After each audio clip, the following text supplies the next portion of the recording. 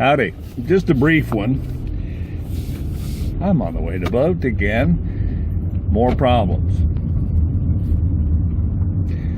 I'll explain here in a few minutes. Right now I'm starting out on the drive.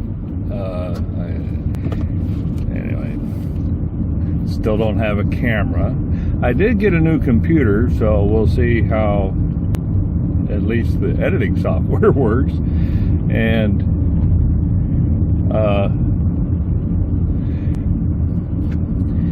anyway, we'll see how the editing software works. But right now I'm headed back to Houston, or Freeport, to take care of an issue on the boat. I haven't talked about it much, but it's another expensive thing. So, you know, having a boat and doing all this stuff ain't for the faint-hearted, you know. But rather than let this go long on just me chattering away at the camera, I'm sorry about the length. I really do try to keep them at 5 minutes. But I'll talk to you here in a minute. If I can manage to learn how to edit these with a bigger, better, faster computer, then I can put this as a lead into the next thing that's going to happen. So you're going to see me here in about 4 or 5 hours dealing with a problem on my boat. So, oh, you caught me. I didn't use my turn signal. One of my beeps, no turn signals. Anyway, take care. I'll be back in a minute. Well, here we are. Nice, bright, clean bottom. Let me take a look real close at the issues here, but looks like they found the patch where the pin goes. Looks like looks like they get into the fiberglass a little bit there.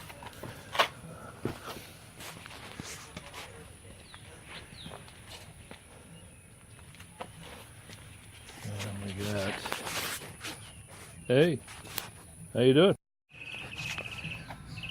And we're on the other side. Just looking around. A little patch, they couldn't get to it. Interesting. These through holes need to be picked out, rebedded a little bit. And some ripple there.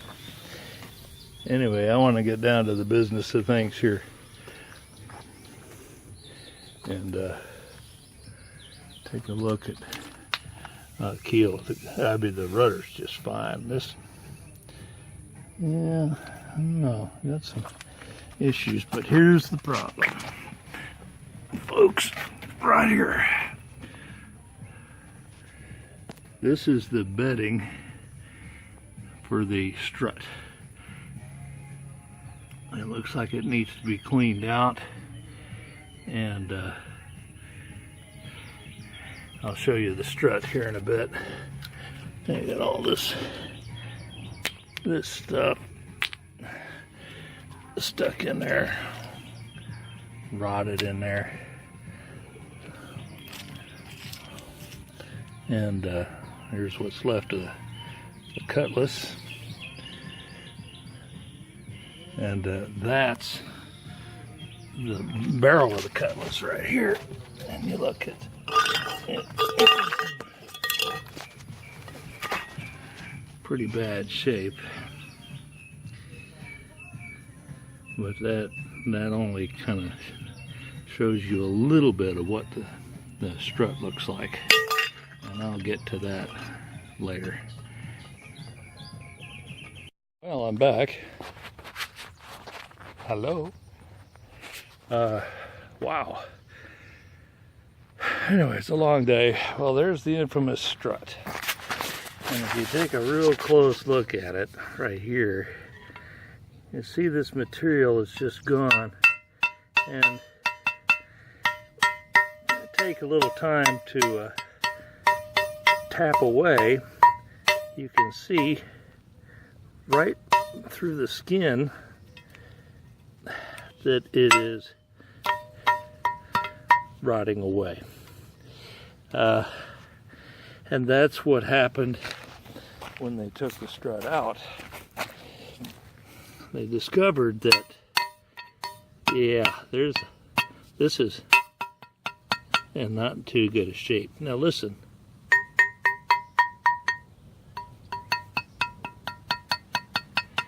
Even the strut, even bronze, sounds dull when it's rotten. And if you take a look at all this, look at all this stuff popping off of here. This is an indication of a couple of things. One is originally, I think it was a bad pour.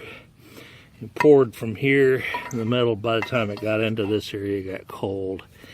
The other thing is, this is the patterns and whatnot. It looks like electrolysis. It turns out the entire boat was bonded to this, including the engine. And this is probably the result of electrolysis. And it is so rotten, I don't know if you can see, but it is so rotten. Hit that again, solid. The cutlass bearing is going to be sticking way out. Hit it again, solid, and it's coming off. So bring out another 1,000. Oh yeah, I promised to try to keep this way instead of this way. I forget. What can I say? So the long and short of it is, I found, the other thing is, there's a very specific angle with the boat here. It's very subtle, very slight, but this has to be pointing in a way so that the shaft can be removed without dismantling the entire boat, including the rudder. So I've found somebody that bought the original molds for the bronze work on the Pearsons, and they're going to happily make me a new one. What I'm going to do is mail this piece to them, just to make sure that we've got the right one, because there's no markings on the palm. Doesn't seem like it. And you gotta look at this palm. It's got some pink to it, and I don't know how healthy it was in the first place. But what I need to do is get this off to him so that he can look at it, and let me get everything closed up before it rains again. We have had at least 8 inches of rain.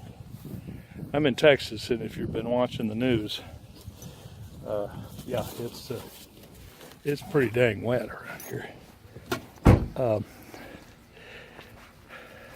Anyway, to make a long story even longer, I'm going to mail this off to the foundry.